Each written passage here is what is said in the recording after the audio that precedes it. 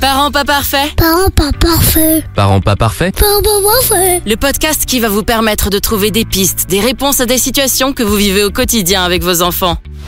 C'était le genre de médecin où quand on arrive pour le rendez-vous, elle passe déjà 5 minutes le nez dans son portable. Elle vous regarde pas. Donne-moi son nom, là, on va l'appeler là. On va lui passer un coup de fil. Je sais pas ce qu'il... Faudrait lui dire le premier des soins, c'est l'écoute. Elle vous regarde pas l'enfant. Je pense que le meilleur moment que j'ai vécu, c'est que je lui dis, bon, ma fille vomit tout le temps, surtout quand on lui touche la bouche, quand elle lui a mis. Elle lui a gerbé dessus.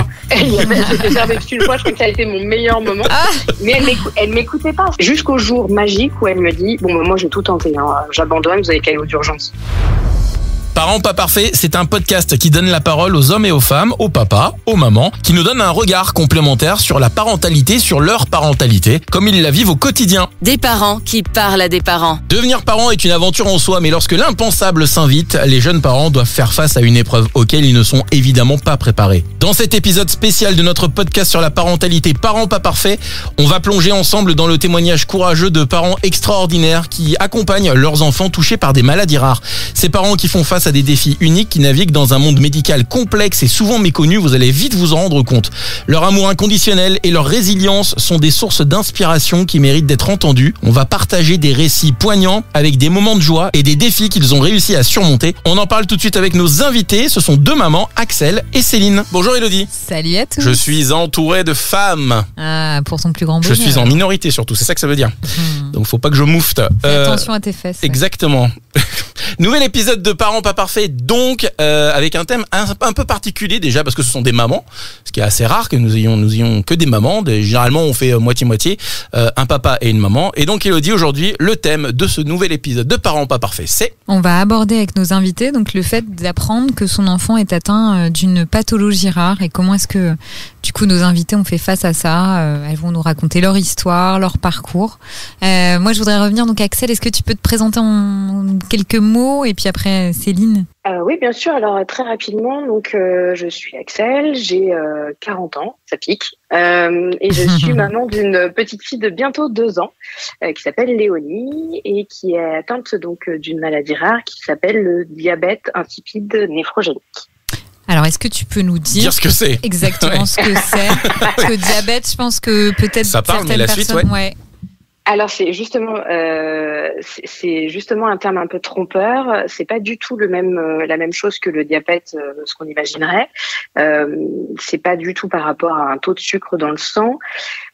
Pour simplifier, c'est l'hormone au niveau du cerveau qui va donner des instructions au niveau du rein pour plus ou moins réguler le niveau d'hydratation dans le corps et donc permettre ou non d'évacuer les urines. Là, dans le cas de ma fille, l'hormone est bien sécrétée, mais elle se fixe pas correctement. Enfin, les récepteurs ne l'attrapent pas.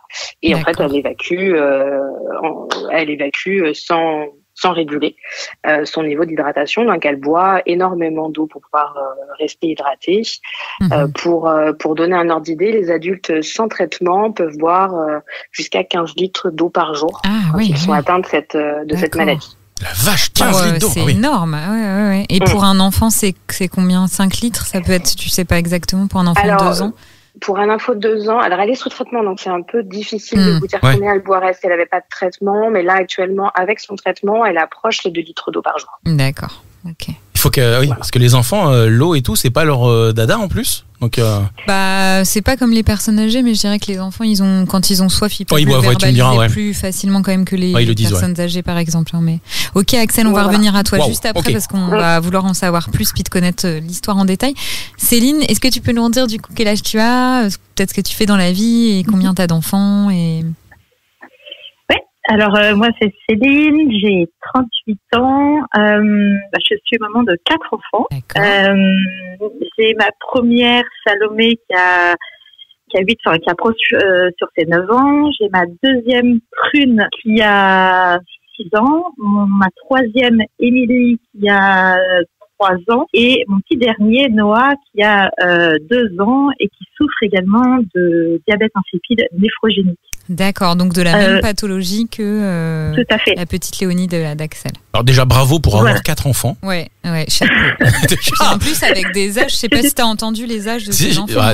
9, 6, 3 et 2. Déjà, bravo. Ouais, chapeau. Axel est une petite joueuse à côté. Bah attends, Axel, elle commence. Et Axel, elle va s'arrêter là surtout. On dirait moi.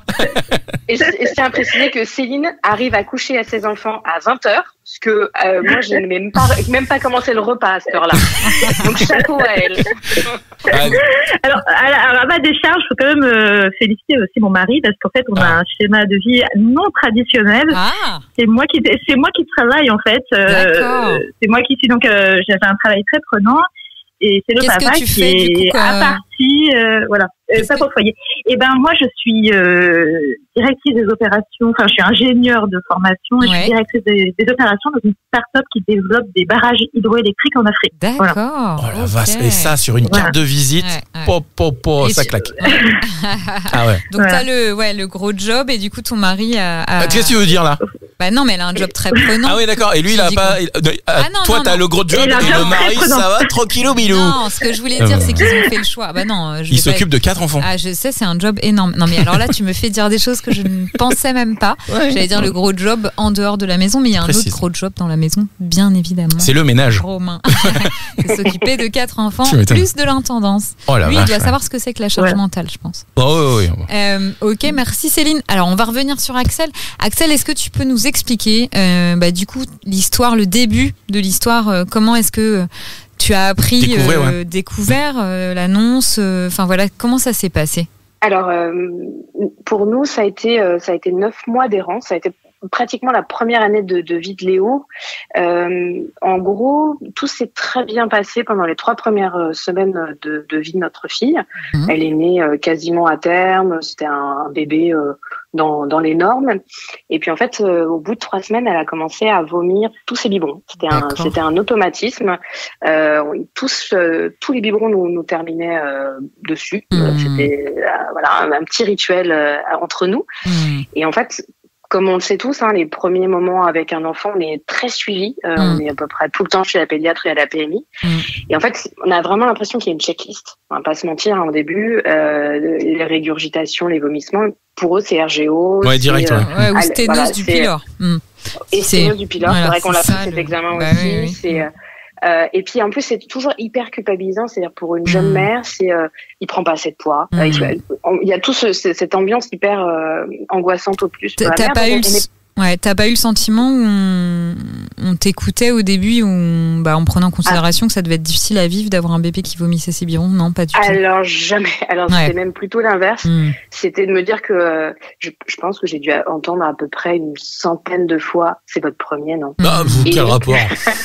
Quel rapport? T'es dans quelle région, Axel? Tu vis dans quelle région? Île-de-France. Je suis à Paris. Dans Paris ou non, parce que j'ai bossé en Pays dans le 92. Alors là, ça m'intéresse. Vous en faites pas, elle le place à chaque fois. À Courbevoie. Arrête. Alors là, attention. Attends, j'ai bossé en PMI à Courbevoie. Ça va être au même endroit. Quel PMI? Alors, j'ai plus le nom en tête parce que j'avoue que j'ai très vite déserté. C'était pas Bécon les Bruyères, non?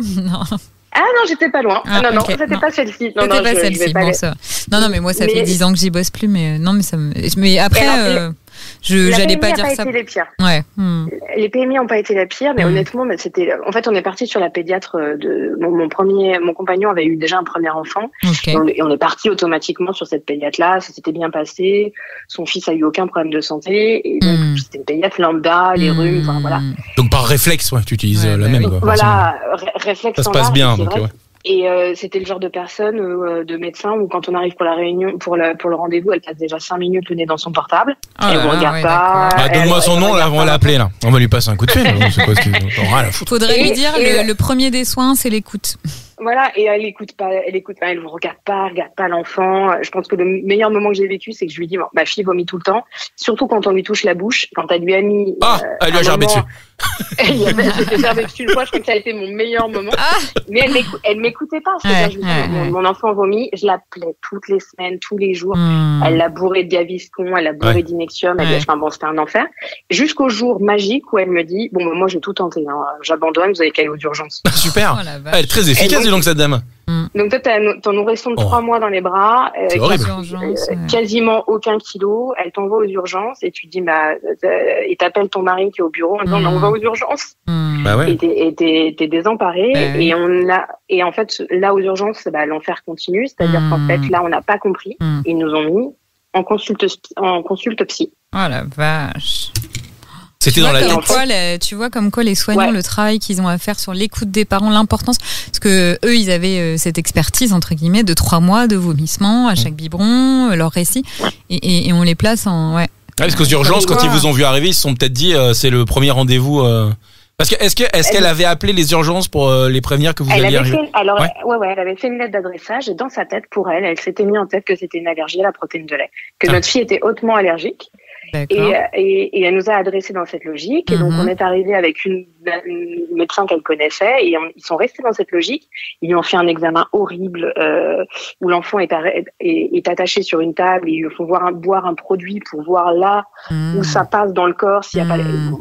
T'as dit attaché? C'est ça le mot? Attaché, attaché, Et donc, c'était horrible. En plus, il y a une dame qui a essayé d'être gentille, la pauvre, un corps médical qui a été... Une infirmière qui a voulu être gentille. Mais, vous savez, moi, j'ai vécu ça avec mon enfant, ça s'arrête au bout d'un moment. Je dis, ah bon, combien de temps? 2 ans. Je dis, mais vous avez essayé d'être gentil, mais il ne faut pas faire ça, en fait. Ah ouais, tais-toi. Taisez-vous parfois, en fait. Juste. Et en fait, on est resté 5 jours avec une consulte psy. Il venait à 5 dans... Mais alors, comment s'est passé des protéines de lait de vache à la consulte psy? C'est ça que je ne comprends pas. Pour eux, en fait, à un moment, je donnais le biberon à ma fille, debout dans la chambre, près d'un évier. D'accord. Et le médecin arrive et me dit, mais vous faites quoi là? Je dis, je donne le biberon à ma fille. Mais qu'est-ce que vous faites debout près de l'évier? J'ai dit, parce qu'en fait, je vous explique, elle vomit tous ses biberons. Et au bout d'un moment, ça fait mal au dos constamment par terre à nettoyer, donc on a développé une technique. Ouais, à côté de l'évier, comme ça, hop. Ah ouais, voilà. Et elle me regarde comme une folle et elle me dit, mais en fait, c'est vous. Vous induisez un comportement chez votre fille. Oh là là. Oh la vache. Et tu te dis, mais où est-ce que je suis? Je deviens dingue. Mais t'as pas pété un plomb? Enfin, je sais pas. Je suis venue pour avoir de l'aide et on est en train de me mettre la tête sous l'eau. Moi, honnêtement, mon mari était perçu. Enfin, on est resté vraiment 4 jours comme ça, où il venait regarder comment donner le biberon, parce que c'est possible. C'est vrai qu'on sait jamais. Peut-être on le donnait par le nombril. Enfin, on sait pas trop. C'est vrai qu'on était jeune mère, donc on sait pas. T'es un peu bête, c'est normal. Tu découvres un peu, oui. Et pour eux, c'était ça. Donc, il nous venait, il me regardait donner le biberon à ma fille. Oh là là. Une fois que le biberon était terminé, il quittait la pièce. Et ça s'est passé pendant 4 jours comme ça. Et pendant toute et au bout d'un moment, je dis, bon, écoutez, est-ce qu'on pourrait pas passer en consultation externe? Et mon mari en tremblait en disant, non, arrête, demande pas, ils vont nous l'enlever. T'as vu la défiance, ils vont nous enlever. Oh là, moi, ça me... La vie, quoi. C'est ouf. Enfin, tu vois, d'avoir des parents qui ont peur comme ça alors qu'ils viennent demander de l'aide. Ça, c'est des choses que j'espère on n'entendra plus... Et en fait, pour eux, je dis, mais puis, alors vous dites protéines de lait, mais il y a moyen de tester? Ah non, mais elle est trop petite. Non, mais même un test, une prise de sang, ça, écoutez, il n'y a pas moyen. Mais c'est clair et net que c'est ça se voit. Et en fait, on est passé en consultation externe, on n'est pas revenu. Surprenant. Sans blague. On n'est pas revenu. Et puis après, en fait, mon mari voulait vraiment faire confiance malgré tout au corps médical et il avait toujours cette peur qu'on nous l'enlève et il voulait vraiment suivre. Moi, j'ai un petit peu du coup géré les choses par derrière pour l'amener à aller voir autre chose et on a réussi à obtenir des rendez-vous à Necker. Et par chance, j'ai commencé un travail, un nouveau poste, et j'avais un collaborateur qui avait un enfant qui était né hautement prématuré. D'accord. Et qui avait lui aussi des problèmes avec l'alimentation, qui me disait, tu sais, mon fils a aussi des problèmes avec l'alimentation, mais il vomit lui aussi beaucoup, mais il prend du poids. C'est quand même très étrange, cette faible prise de poids de ton enfant. Et donc, on arrive à Necker, je passe un peu des étapes pour ne pas endormir les gens. Oh, t'inquiète pas. Necker, il y a tellement de rebondissements que t'endors pas là. T'endors pas les gens. Et on finit par arriver à Necker pour voir un gastropédiatre. Et parce qu'on avait en consultation externe, on avait quand même vu un autre allergologue qui nous a dit, pour moi, c'est pas la protéine de lait. Et aller voir un gastropédiatre. Et ce gastropédiatre me dit, on va mettre une caméra dans le ventre de votre enfant. Bon, alors attendez. Non mais. On va l'ouvrir en 2 et on va regarder ce qu'il y a dedans. Voilà. Mais c'est zinzin, quoi. Je veux bien, mais alors attendez, soyons sérieux. Est-ce qu'il y a moyen que vous lui fassiez une prise de sang? Et moi, je pensais pas forcément à un truc grave. Pendant toute cette période, j'ai pas pensé à un truc grave. Je pensais à peut-être un problème d'absorption des calories et tout. Et je dis, faites plus un. Et en fait, je l'ai tellement saoulée. Au début, elle voulait pas. Je l'ai tellement saoulée tout au long de Elle me dit bon, vous savez quoi, on va la faire. Elle m'a assez saoulé, maman Axel. Prise de sang. Voilà. Quand même avant de mettre une caméra dans le ventre de votre bébé de 3 mois. Allez, on va la faire cette prise de sang, madame. On va la faire. Voilà. Là, à ce moment-là, ma fille a 9 mois. Bon, allez, si vous voulez, vous allez me lâcher. 9 mois. Ça, je vous fais la prise de. Tu te rends compte? Oh là là. Et en fait, ils la font. Et là, ils découvrent qu'elle est hautement déshydratée. Mais comme elle a une otite, ils se disent bon, pourquoi pas. Ils refont le test en lui donnant un soluté de réhydratation qui est hautement salé. Ouais. Et c'est à ce moment-là, en fait, dans les indicateurs, qu'ils se disent oh tiens, c'est bizarre, elle est encore plus déshydratée. Et c'est là que ça leur a mis la puce à l'oreille. Et c'est à ce moment-là qu'ils ont commencé à détecter la maladie. Mais parce qu'en fait, on leur a fait une clé de bras, qu'on a demandé cette analyse de sang et qu'on est enfin tombé dessus. Ouais. Mais sur ce parcours, mais c'est dingue qu'aux urgences, il n'y ait pas une prise de sang qui soit faite. À un moment donné, avec une prise de poids si faible et ces signes-là. Jamais. Et même la pédiatre, elle aurait dû prescrire une prise de sang au bout d'un moment. Non, en fait, pendant tout le parcours, et même là, quand ils ont fini par trouver, moi, ce qu'on a trouvé très violent, c'est qu'en fait, ils ont menacé l'annonce, parce qu'en fait, quand ils nous ont annoncé que la maladie de Léo, on s'est rendu compte qu'en fait, tout ce qu'il lui fallait, c'était de l'eau. On avait traversé une canicule en Bretagne à 44 degrés, où en fait, tout ce que notre fille avait besoin, c'était de l'eau. Ouais, donc ça doit être horriblement culpabilisant, quoi. Ouais. Et en plus, ce qui était horrible, c'est que tous les rendez-vous médicaux, on n'avait qu'une peur.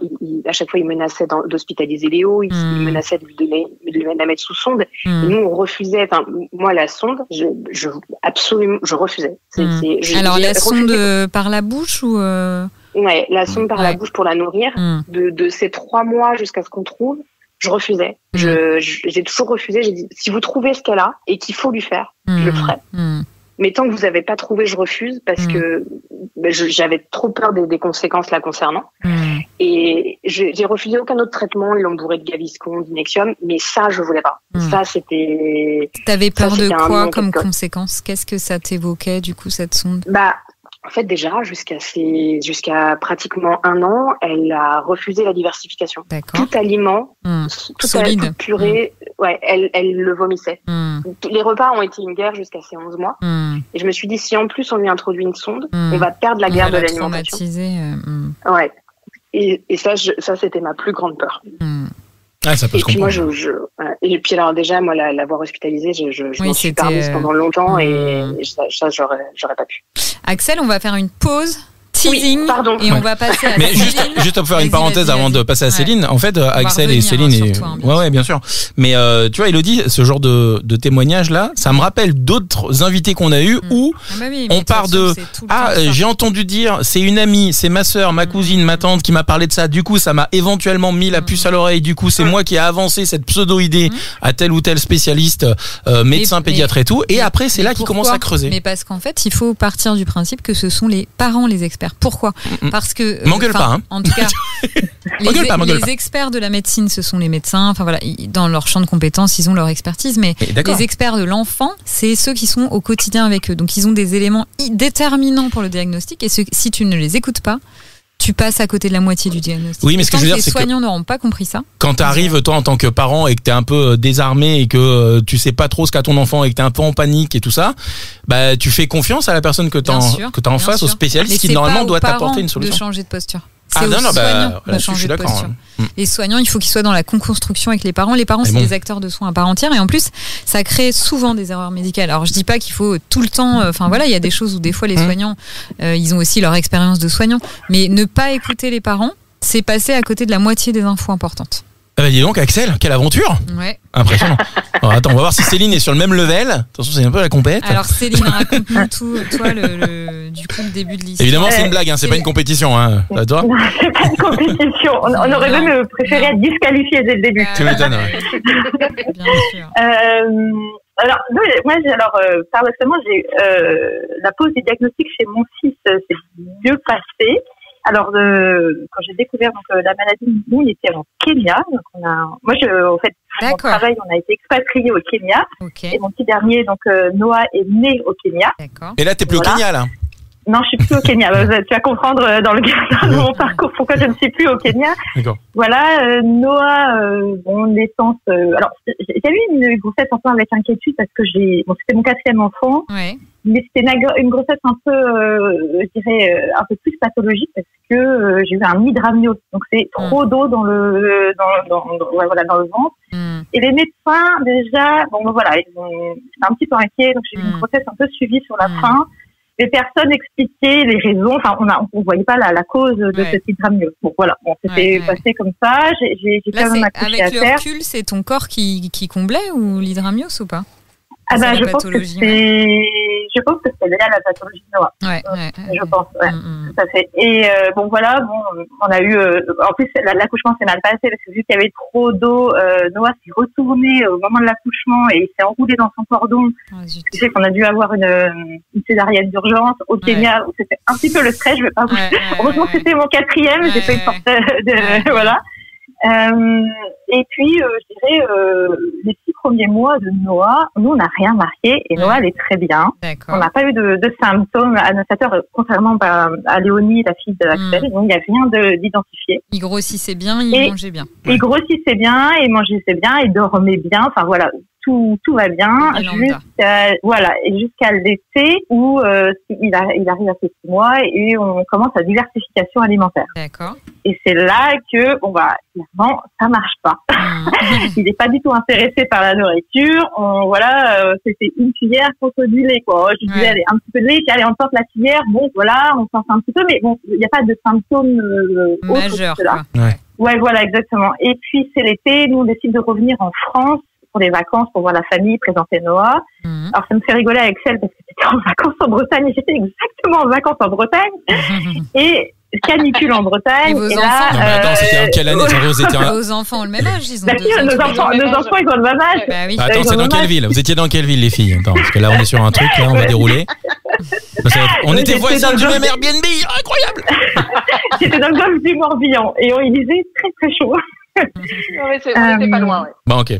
Ah, c'est marrant. Deux enfants avec un diabète insipide au même endroit. Il se passe un truc là-haut, c'est un truc horrible. Il se passe un truc en Bretagne. Voilà. Et donc, en fait, pendant ces vacances, il fait très chaud. On note que Noah est tout le temps chaud, il a la tête rouge. Et progressivement, de jour en jour, on sent que son état se détériore avec des vomissements la nuit. D'accord. Voilà. Au début, c'est un peu de temps en temps et de plus en plus. Avant de repartir en France, on l'amène voir le docteur français, on l'amène, il nous dit, voilà, un peu comme Axel, lui, c'est peut-être des régurgitations, peut-être qu'il a une petite intolérance, je vous prescris de Gaviscon, voilà, bon. On donne du Gaviscon, franchement, ça fait pas d'effet, il n'y a rien. Quoi. Et on retourne au Kenya, et je sais pas pourquoi, un peu naïvement, je me suis dit, au Kenya, alors, au Kenya, il fait beaucoup plus frais qu'en France. D'accord. On s'est dit, avec la température plus modérée, peut-être que ça va rentrer dans l'ordre, peut-être qu'il a mal vécu la chaleur. Voilà, exactement.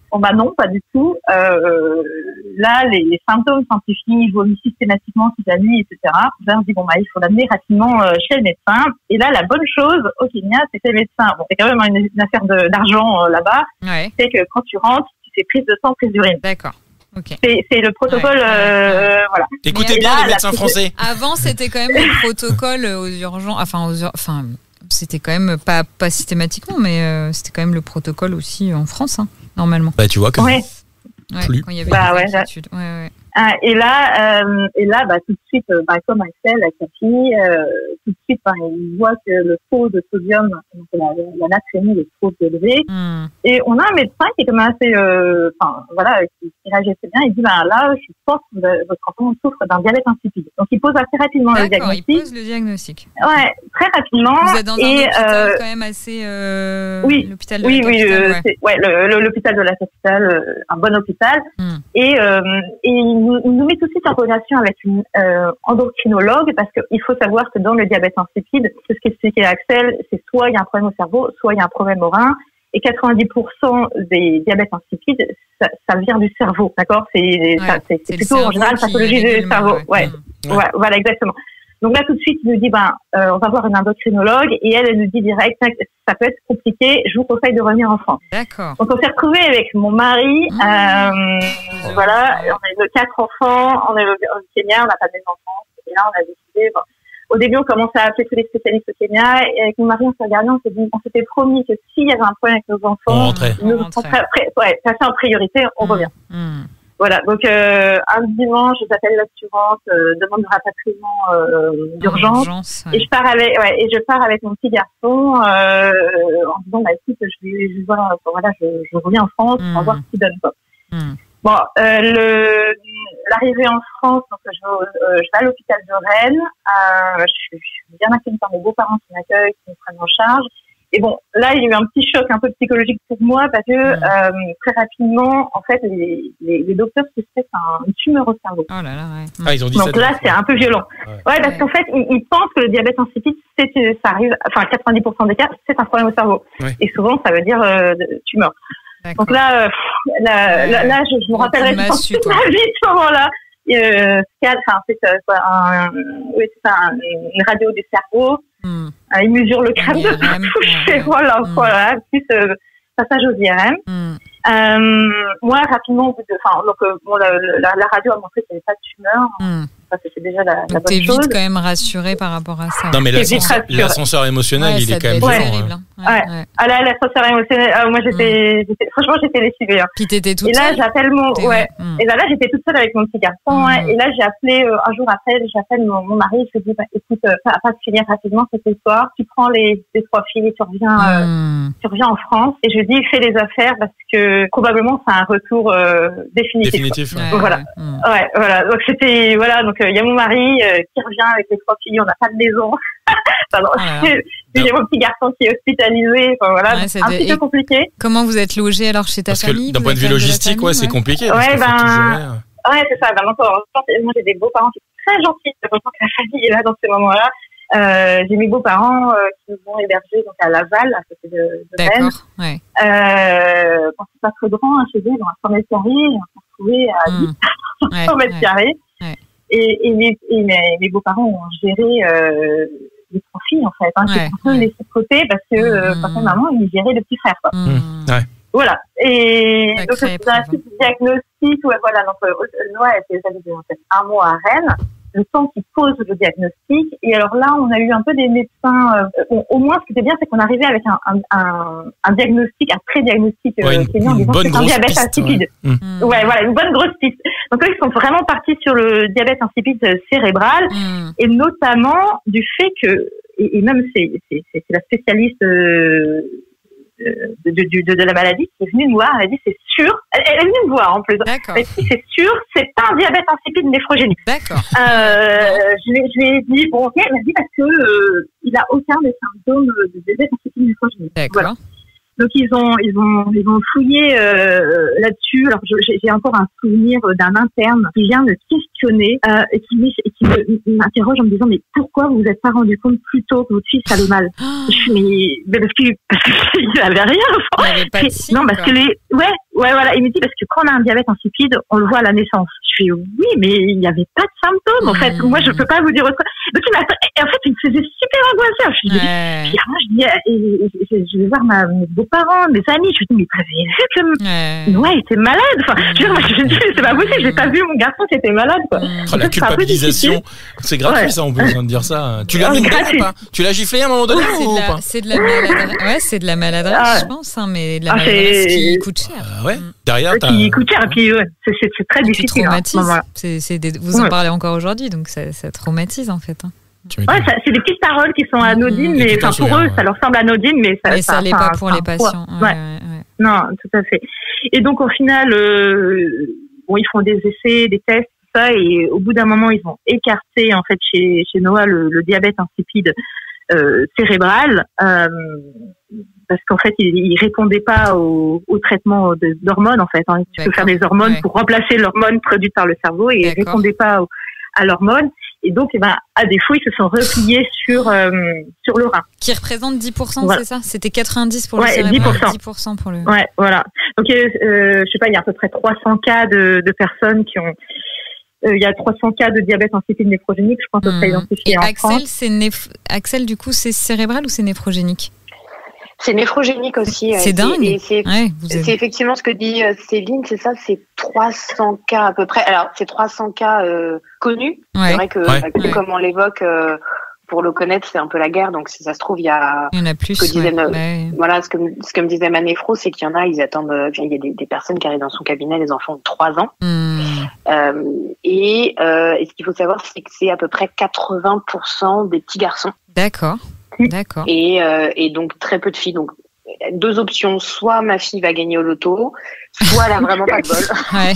Bon, on va prier pour le gagner au loto. Je prie pour l'euro million à 300. On va prier pour l'euro million. Mais c'est et en plus dans cette maladie, il y a encore des sous-pathologies. Parce que en clair, dans l'hormone, un rein, ça fonctionne un peu clé serrure, disons les choses. Soit la clé, donc l'hormone, le message passe pas, la serrure, elle est dysfonctionnelle. Donc dans le diabète insipide néphrogénique, souvent c'est la serrure qui est dysfonctionnelle. Et alors chez Noah, c'est encore autre chose. La serrure, elle marche, et c'est après le chemin qui ramène l'eau jusqu'au sang. D'accord. Et alors là, c'est encore une sous-pathologie. Et en fait, on explique pourquoi en fait il n'avait pas eu de symptômes visibles les 6 premiers mois. D'accord. Voilà. Et bon, enfin maintenant je le comprends un peu, mais voilà. Mais en fait c'était quasi improbable. Improbable. Et du coup maintenant il y a un traitement qui est apporté à Noah et ça va mieux. Ou alors ça boit toujours. Alors moi mon cheval de bataille a été le traitement, pour être très clair. Alors c'est la warrior du traitement. Alors moi ça a été le cheval de bataille. Alors moi je suis de formation ingénieur. Donc moi quand j'ai découvert la pathologie de mon fils, j'ai eu besoin de comprendre la maladie. Donc je me suis mise à lire toutes les thèses médicales sur le sujet, j'avais besoin de comprendre. Et assez rapidement, j'ai découvert qu'en fait, il y avait un groupe de patients aux États-Unis. Ok. Parce qu'il y a un cluster de personnes qui ont cette maladie aux États-Unis. Voilà. Ils ont retrouvé une cause ou ils pensent que ça a été un groupe d'Écossais qui se serait, vu que c'est une maladie génétique, qui serait donné en fait la maladie en fait de génération en général. Ça serait, voilà.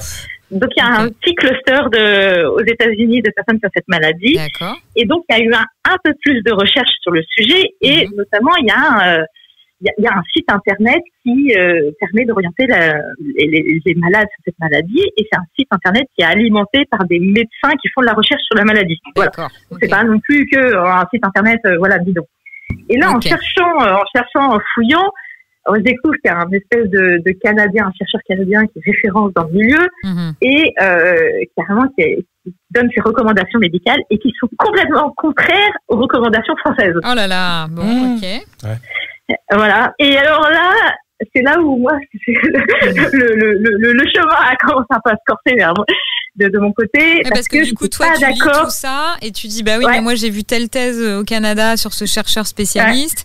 Il étudie le cluster, il a plein de cas et lui, il contre-indique tel et tel traitement. Ça va être compliqué de dire ça aux médecins français. Oui, ça peut être compliqué. Alors là, je vous dis, c'est suicidaire. C'est suicidaire. Je me suis fait prendre. Je me suis fait insulter par des pontes. J'ai eu un docteur qui supporte pas qu'on... En fait, il supporte pas. C'est l'ego, c'est pas le fait de soigner, c'est juste l'ego. C'est l'ego. Mais moi, je me suis retrouvée. Donc, en fait, je leur ai dit, grosso modo, j'étais pas tout à fait d'accord sur le traitement. Et je leur ai dit, en fait, il y a 2 traitements. Et aux États-Unis, il y a un traitement qui a a priori, moins d'effets secondaires. En fait, le traitement de Noah, c'est la prise de diurétiques. Alors, ne cherche pas à comprendre. Moi non plus, je peux comprendre.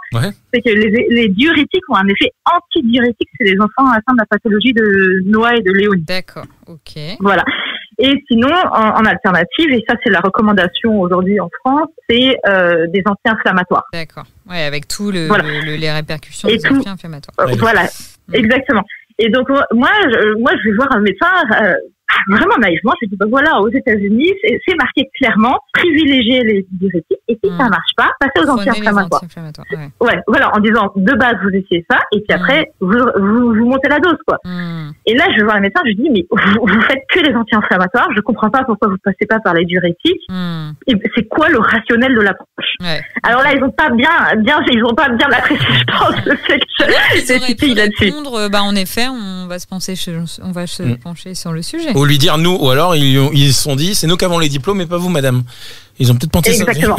Je pense que c'est ça. Voilà, exactement. Alors après la docteure, elle m'a dit qu'elle avait pas confiance en moi, que je faisais n'importe quoi et après elle a utilisé des leviers de peur pour me forcer à accepter son traitement en fait. C'est-à-dire que j'ai pas trouvé peur si vous faites pas ce que je vous dis, je vais prendre votre enfant, c'est ça? Les leviers de peur? Bah non, des leviers de peur, c'est Noah, il va se déshydrater dans la journée, il va être.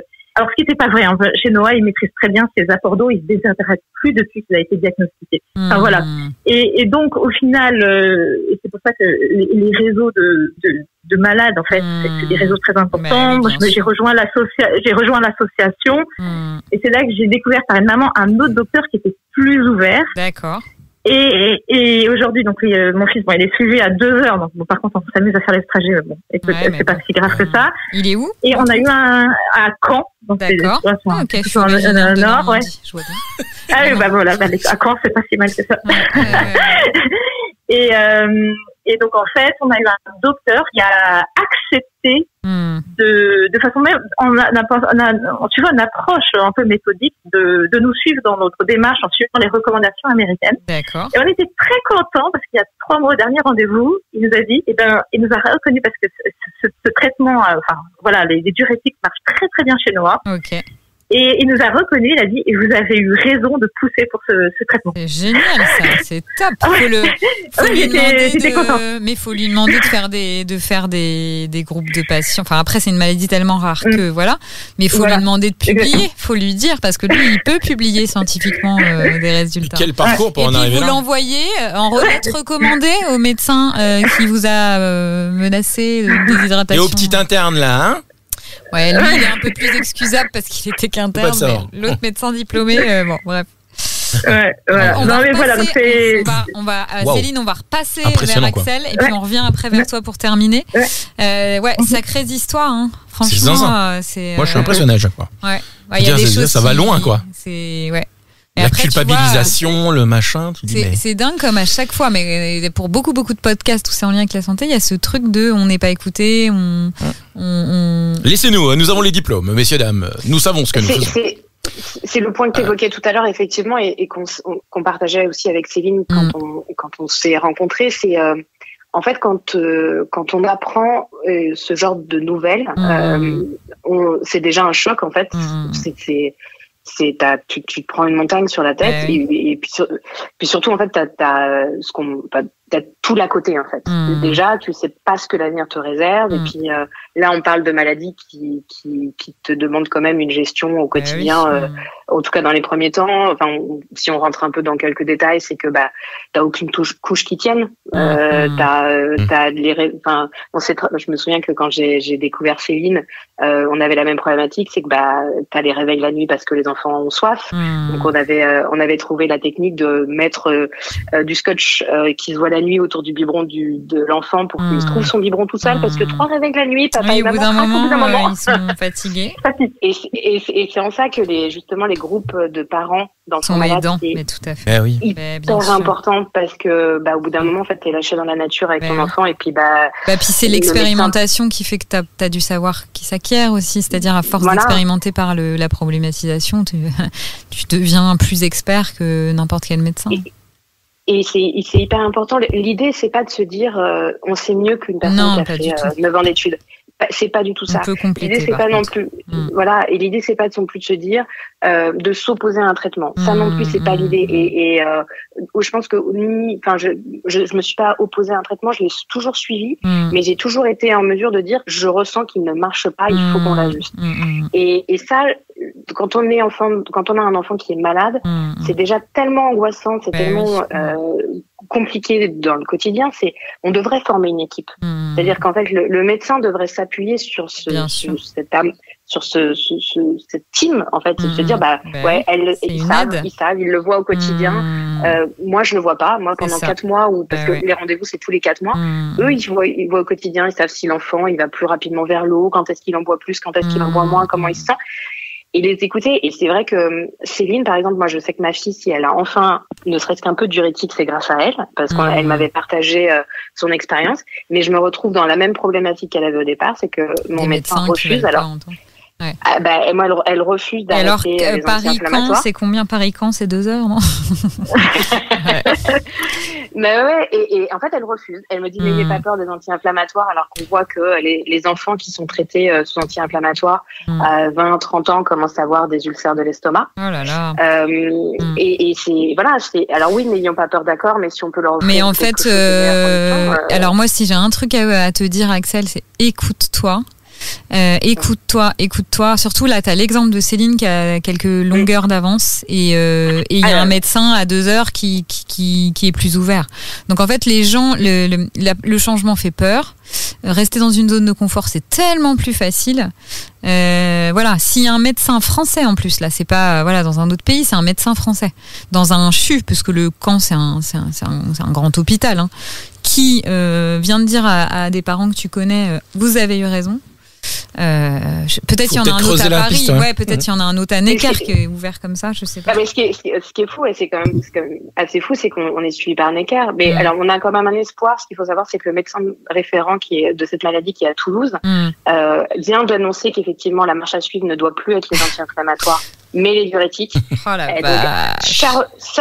Charge à nous maintenant de faire une publication à ce cher médecin. Bah oui, il faut. On va rien lâcher. Faut rien lâcher, là, faut qu'il publie vite. Mais c'est ça qui est fou, c'est-à-dire qu'en fait, on se retrouve avec, on est parents d'enfants malades et c'est déjà une énergie de folie. C'est pas aux parents de faire ça. Et c'est à nous. Ouais, mais tu sais, c'est comme les assos de parents, de citoyens, c'est eux qui font bouger les lignes. Hein. Et c'est à nous, de faire ça. Et voilà. Mais on va y arriver. On va y arriver. C'est pour la bonne cause. C'est pour eux. Et alors moi, j'ai une question. Ce que dit Axel aussi, ce qui est pas évident aussi en tant que parent, c'est que mener à combat de faire changer un diagnostic, ça demande de l'énergie. En plus, quoi. Des fois, il faut aussi s'occuper de son enfant au jour le jour, son boulot. Et des fois, on n'a pas envie de se dire, en plus, on va changer le monde, quoi. C'est pour ça que je dis que c'est pas aux parents de faire ça, parce que vous avez d'autres trucs à faire, d'autres trucs à gérer que ce genre de choses. Ouais, mais ils ont pas le choix. Enfin, je pense que votre engagement, il naît d'un truc qui vous prend aux tripes. Son enfant, ça nous prend aux tripes. Une fois que t'as mis le doigt dans l'engrenage, tu vas jusqu'au bout, je comprends. Puis c'est la santé de ton enfant qui est en jeu, donc de toute façon, même quitte à t'épuiser, si tu peux sauver, qu'il ait pas de problématique à 25 ou 30 ans, tu vas le faire. Après, ce qui est problématique, c'est qu'il n'y ait pas une meilleure communication au niveau du réseau des médecins français. C'est-à-dire que le médecin de Toulouse, il sait ça, le médecin de Caen, il sait ça, et qu'un parent puisse pas dire, écoutez, regardez, moi j'ai les coordonnées de ce médecin-là, il le fait, est-ce que vous pouvez l'appeler? On l'appelle ensemble si vous voulez. Enfin, c'est qu'il y a un problème de communication aussi là-dedans, parce que ça pourrait aller beaucoup plus vite. Mais il y a un problème d'ego, je pense très sincèrement. Oui. Il y a un gros problème d'ego. T'avais une question? C'est très problématique. Ouais, je voulais savoir, ma question, ça s'adressait à Axel, à Céline, mais peut-être à Axel, ce qu'on reprend un petit peu. Le quotidien, du coup, avec, aujourd'hui, qu'est-ce que ça a comme répercussion sur la santé une fois que le traitement est équilibré? Est-ce qu'il y a, au niveau cognitif, au niveau développemental, au niveau affectif, est-ce qu'il y a des répercussions ou non? Alors, aux côtés de Léo, on a de la chance, il n'y a pas eu beaucoup de répercussions. Alors, c'est une enfant qui a forcément le vomi facile. D'accord. Elle a passé quand même 9 mois à vomir dès qu'elle. Donc, elle a une vraie capacité très fort. Donc elle sait, pour notre plus grand plaisir, dès qu'elle a besoin, elle le fait. Donc ça, c'est une petite joie. Mais à côté de ça, non, à partir du moment où la diversification a commencé, elle a vraiment rattrapé son retard. Okay. Alors, pas en poids et en taille. Elle a 2 ans, on n'a toujours pas dépassé les 8,5 kg, 9 kg, donc ça reste un petit gabarit. Ouais. L'ironie, c'est qu'on a fini par faire le test de l'allergie et elle est absolument pas allergique à la protéine de lait. Elle dégomme à peu près tous les produits laitiers. Donc ça, c'est vraiment top. Alors, j'ai lu pas mal d'études qui disent qu'effectivement, c'est des enfants qui ont un peu plus de difficultés que d'autres à se concentrer, parce que c'est dû effectivement au fait qu'ils ont assez souvent besoin de boire et donc leur attention est souvent un petit peu titillée par ça. Ouais. C'est vrai que je la trouve un peu active, pas hyper active, mais un peu active. Mais à côté de ça, non, il y a tout va bien. Voilà, à côté de ça, ça roule. Ben, forcément, moi, la prochaine étape qui m'inquiète, ça va être l'étape de l'entrée à l'école, parce que forcément... De faire entendre qu'elle ait besoin d'avoir sa gourde d'eau tout le temps à côté d'elle, voilà, par exemple. C'est ça. Voilà, bah, ça, c'est pareil, faudra pas lâcher. Bah, c'est ça. Nous, je sais que, c'est une chance, c'est que effectivement, au moment où elle est née, on a fait le choix d'avoir une assistante maternelle, même si on s'était dit que la crèche était top, en menant plus d'horaire, et puis au final, on est parti sur une assistante maternelle. On a eu une chance de folie, parce que l'assistante maternelle, tout le monde me disait, non, mais attends, elle va capituler, elle va te la rendre. C'est pas possible, parce qu'elle vomissait. Donc elle est à Courbevoie, l'assistante maternelle. Ouais. Non, mais parce que j'en ai suivi plus d'une centaine. Faudra que tu me donnes le nom en off. Ah, mais c'est un bijou. C'est-à-dire que ma fille, elle prenait 1h30 pour ses biberons. Elle hurlait à la mort. L'assistante maternelle avait une règle, c'était de se dire, le matin, l'enfant arrive avec le biberon prêt, changer tout. Et je me souviens d'un jour où je viens récupérer ma fille, et puis en fait, je craque. Je dis, mais moi, en fait, je lui donne le biberon le matin, le soir, mais c'est une torture. C'est-à-dire que ma fille, elle hurlait à la mort dès que c'était un repas. Je lui dis, moi, je peux pas, j'ai l'impression de torturer constamment ma fille. Elle m'a dit, bon, tu sais quoi, le matin, tu te lèves, tu la câlines, et puis tu me l'amènes.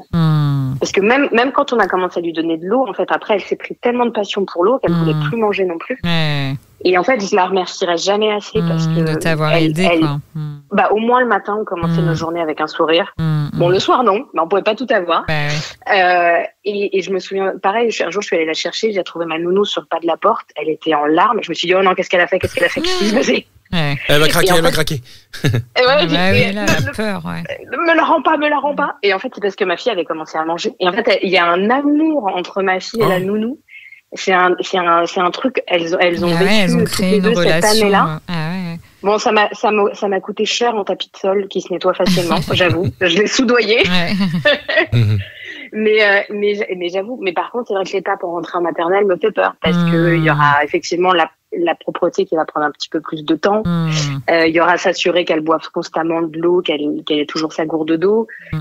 Alors la propreté hyper cool. Hein. Bon, moi j'ai mes enfants pas de pathologie, mais il n'empêche que mon fils il a été propre qu'à 3 ans et demi, jour et nuit, donc il vaut mieux attendre longtemps et que elle soit vraiment prête. Tu vois, 2 ans c'est extrêmement tôt et elle est née quel mois? Elle est de quel mois? Février, donc elle aura 3 ans et demi quand elle va rentrer à l'école. Donc en 1 an et demi, c'est fou comme la ça maturité cérébrale, enfin comme tout mature. Et mine de rien, elle apprendra à très bien se connaître. Puis même la propreté, mon fils est à 3 ans et demi, il a fait un gros caca l'autre jour en classe. Alors ils ont été acheter des chaises. Alors raconte, vous avez été acheter des chaises il a 4 ans. On va acheter des chaises. Bon, c'était samedi, alors on parle de ma vie privée. Et voilà, dans le magasin, je dis Noé, Noé, c'est le prénom de mon fils, quand il a envie de faire caca, il marche d'une drôle de façon. Je sais pas pourquoi. Tu sais, il serre les fesses et il fait des tout petits pas. Donc c'est marrant. Et du coup, je le vois faire ça. Et je dis, Noé, t'as pas envie de faire caca? Il fait, non. À un moment donné, je le prends à bras parce qu'il voulait plus marcher. Je dis, ça sent une drôle d'odeur, Noé. T'es sûr que t'as pas fait caca? Bon, évidemment, il avait posé une grosse pêche. Évidemment. Et voilà. Et l'autre jour, à l'école aussi. Je vais le chercher, tu sais, et puis c'est un processus long. Elle me dit, Noé, il a fait caca dans son slip et il l'a. Mais alors, là, le tact, elle l'a dit devant tout le monde, tous les copains et tout. Elle dit ça comme ça. Après, c'est un peu ce qu'on est en train de faire avec le podcast. Alors, on coupera ça parce que sinon. Non. Si Noé, il écoute un jour le podcast. Il écoutera ça dans 20 ans et puis il verra que c'était une grosse galère à chaque fois. Mais voilà, donc du coup, elle dit ça. Elle dit ça devant tous ses copains et tout, tu vois. Et je dis, mais t'as pas senti que t'avais envie de faire caca? Elle fait, non, j'ai pas senti. Je dis, Noé, quand on a envie de faire caca, et quand on fait caca, on le sent quand même. Non, j'ai rien senti du tout. Donc, autant te dire que même à 3 ans et demi, 4 ans, ils font encore dans leur slip, hein. Oui, non. Donc, c'est pas très grave. Mais je comprends que t'aies des appréhensions par rapport évidemment par rapport à la pathologie. Mais pour boire, après, c'est pareil. Moi, je sais, dans l'école, avec Noé, ils ont toujours leur gourde, ils se baladent tous avec leur gourde. Ça dépend des écoles. Ils ont un verre d'eau, généralement, ils peuvent boire une fois ou deux. Alors que nous, c'est gourde. À disposition. Ouais, ils amènent leur propre gourde, et ils la remplissent autant de fois qu'ils veulent. Ah ouais, ça c'est cool. Ouais, faut regarder avec l'école. Ça, c'est vraiment top. Et Céline, du coup, toi, pour ton petit garçon. Alors, moi, je dirais que le diagnostic a été facile, mais nous, par contre, la suite est compliquée avec Noah. C'est compliqué. Nous, en fait, Noah, il a pas pris de poids. Il s'est retrouvé quand il a eu 1 an en état de dénutrition sévère. D'accord. voilà. Alors, nous, on a décidé par contre nous de poser la sonde alimentaire, qu'on considérait comme une béquille pour Noah. Aujourd'hui, donc voilà. Donc ça, c'est ça. À parallèle de ça, nous, on pense que Noah, il a développé un trouble alimentaire en fait. Parce que finalement, on était rentré dans une boucle, il mangeait plus, après on a mis la nourriture comme une espèce d'un danger où on cherchait à pousser les choses, etc. Je pense que c'était pas très bien passé. Et il a développé donc un trouble alimentaire. Depuis, voilà, c'est-à-dire il avait des nausées, il voulait plus manger. C'était devenu franchement très très pénible à la maison. Et depuis l'année dernière, en fait, depuis septembre en fait de l'année dernière, bon voilà, il y a eu un moment une crise énorme. En fait, on avait retiré la sonde, il y a eu une crise énorme chez Noah, il a refusé de s'alimenter. En fait, voilà, il a reposé la sonde et pareil, nous avec mon mari, on s'est remis complètement en cause. On a dit, c'est pas forcément notre enfant à manger, c'est pas possible. On se dit, il faut, voilà, la sonde alimentaire. Pour moi, c'est sa béquille et il faut qu'il mange tout seul par plaisir. Enfin voilà. Et les choses, progressivement, sont rentrées dans l'ordre chez Noah. Il a retrouvé, il est suivi par une orthophoniste qui travaille avec le trouble alimentaire, parce qu'il avait une hyposensibilité, il a développé une hyposensibilité sur l'orofacial, il n'aimait pas qu'on le touche, enfin voilà, c'était quand même assez compliqué. Là aujourd'hui, ça va beaucoup mieux et a priori, on est sur le chemin où on va normalement dans les mois suivants, là, on va retirer la sonde. On est plutôt dans le voie en disant que maintenant on est sur une phase où ça va mieux. Une phase ascendante. Voilà, mais ça a été comme très compliqué parce que le fait qu'il mange pas a eu des impacts sur son développement. D'accord. Chez Noah, il n'y avait pas assez d'énergie. D'ailleurs, on a vu la différence. En fait, jusqu'à ces 18 mois, Noah, il n'arrivait pas. D'accord. Pas de jus, en fait. Pas de jus. Pas assez d'énergie. Et quand il s'est mis à manger, en un mois, il a tout fait. Il a changé. Comme si, voilà, il y avait de l'énergie. Métamorphosé, oui, il s'économise. Voilà, donc. Donc là, on travaille un peu avec lui, pour un peu rattraper ce retard un peu moteur. Sur aussi même, en fait, il trouve que Noah, il a pas assez développé la partie parole, c'est pareil, c'est un peu compliqué parce que quand tu as des problèmes sur la nourriture, tu développes pas toute ta bouche, ta sphère, tout ça. Donc là, on travaille avec l'orthophoniste. Donc voilà, mais les choses rentrent progressivement dans l'ordre. Mais logiquement, ça a été épuisant. Oui, j'imagine. Et le soutien, c'est vrai, du boulot, nous a beaucoup aidé parce que ça permettait d'avoir une tierce personne qui était un peu moins dangereux affectif. Et notamment, le fait de l'alimenter, ça a été pour nous aussi une façon de dire, voilà, ce sera un autre enjeu avec une autre personne, etc. Donc, ça nous a beaucoup aidé. Et même en parlant de ça, je dirais que l'année dernière, ça n'avait pas assez de jus, ils étaient tout le temps malades. Et en fait, quand les enfants qui ont un diabète insipide, les médecins ils disent que dès qu'il a de la fièvre, on passe direct à l'hôpital parce que risque de déshydratation. Donc l'année dernière, on passait temps à l'hôpital dès qu'il avait une angine. Enfin voilà, c'était l'enfer total. Et là, depuis cet hiver, on arrive en janvier, il a été malade une seule fois. Puis il va grandir, ça va être il va devenir de moins en moins fragile, quoi. C'est vrai que la première année, c'est. Et puis la nourriture, dès qu'il aura goûté les frites, après, tu vas voir. Frites et nuggets, tu vas voir. Alors, il n'est pas censé manger trop de salé. Il n'est pas censé manger du salé, malheureusement. Frites sans sel. Voilà. Mais donc, il y a des choses vraiment se tassent. Après, moi, je suis pas particulièrement inquiète sur l'apprentissage de la propreté. Je me dis, ça se fera. Oui. Ça me mettra du temps. Mais je me dis, bon. Oui, c'est moi, pas c'est mon petit quatrième. Alors, moi, je me dis. On a un petit jardin. Je me dis, tu auras le droit de faire pipi dans le jardin. Oui, voilà. Évite de faire des allers-retours. Les garçons adorent ça. Faire pipi sur les arbres, c'est notre grande passion. Faire pipi dans le jardin. Mais même à 43 ans, Élodie. Oui, alors les grands et les petits. Voilà. Et quand il neige. Et là, mon mari s'est mis, il est en train de concevoir des petites toilettes qu'il va faire, des petites toilettes microscopiques au côté de son lit, comme ça, le jour où il devra se lever la nuit, ce sera juste à côté de son lit. Voilà. Il est ingénieux. Excellent. Voilà, mais je suis pas très inquiète. Je me dis que ça va se faire progressivement. Et puis là, par contre, Noah, sur la gestion de l'eau, c'est-à-dire un enfant qui a le diabète insipide, soit il a soif, les médecins le disent très bien. quand il y a eu des petits qui ont été diagnostiqués, ils boivent l'eau des flaques. Je veux dire que quand t'as une soif, ça soif, voilà. Donc ça, je suis pas particulièrement inquiète. Voilà, les choses rentrent progressivement dans l'ordre. Ça va fatigant, mais ça revient dans l'ordre. Mais sacrées épreuves de vie, en tout cas, on peut le dire. Merci mille fois, en tout cas, à vous de nous raconter votre histoire, parce que c'est des histoires on en apprend tous les jours. Extraordinaires et extrêmement fatigantes pour vous et éprouvantes. Est-ce que on va clôturer bientôt notre épisode. Est-ce qu'il y a quelque chose que vous voudriez rajouter, l'une et l'autre? Peut-être Axel d'abord. Non. Ok, merci Axel. Est-ce que tu veux une petite musique d'ascenseur parce que j'ai ça en stock pour attendre, pour patienter? Je peux mettre ça en stock. Un petit Cléderman pour terminer. Non, et je pense que ce que tu dis effectivement est vrai. C'est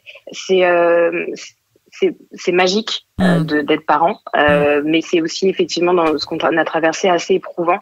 On s'en sort, heureusement. Maintenant, je pense qu'on va rentrer un peu dans la phase de pilotage automatique, heureusement. Mais ce qu'on espère vraiment, et c'est un peu le message qu'on voulait transmettre par tout ça passer, c'est que déjà il faut faire vraiment confiance à notre intuition. C'est autant ce qu'a vécu Céline qu'on a vécu, c'est qu'on sentait quelque chose. Alors à des moments différents, mais on sentait qu'il y avait quelque chose qu'il fallait qu'on fasse, et qu'il fallait qu'on obtienne. Et ça, c'est très important que les parents qui se retrouvent face à ces situations se disent qu'elles sont tout à fait légitimes à imposer et à suivre leur intuition, parce que c'est eux les parents, et que oui, on n'a pas fait 9 ans d'études, et oui, on n'est pas médecin, mais on est aussi les parents, et on sait quand ça va pas. Et il faut aussi qu'on ait ce pouvoir-là et cet impact-là, et que oui, c'est éprouvant, mais il y a aussi des beaux moments à un moment. Ça vaut le coup. C'est des petits êtres fatigants mais magiques. Fatigants mais magiques, c'est bien dit. Voilà, et puis on espère que à terme on arrivera à faire en sorte que les médecins ne voient plus les parents comme des petits êtres irritants eux aussi, qui viennent les embêter dans cette mise de diagnostic, mais comme des parts entières dans le traitement, comme une force. Voilà, et comme une force. Voilà, on veut vraiment porter ce message-là. On n'a pas envie d'être un irritant, on a vraiment plutôt envie d'être une force, parce que la seule chose qu'on veut, nous, c'est que nos enfants aient la meilleure vie possible plus tard. Voilà, je leur mettrais ça à part entière. Ouais, c'est vachement joli, ça fait un beau jeu de mots. Beau jeu de mots. Bravo Axel, beau jeu de mots. Écoute, je le noterai comme ça, parce que moi je l'ai entendu, tu vois, à part entière. Et par entière, troisième personne. Moi, je le déposerai à l'INPI, mieux. Ouais.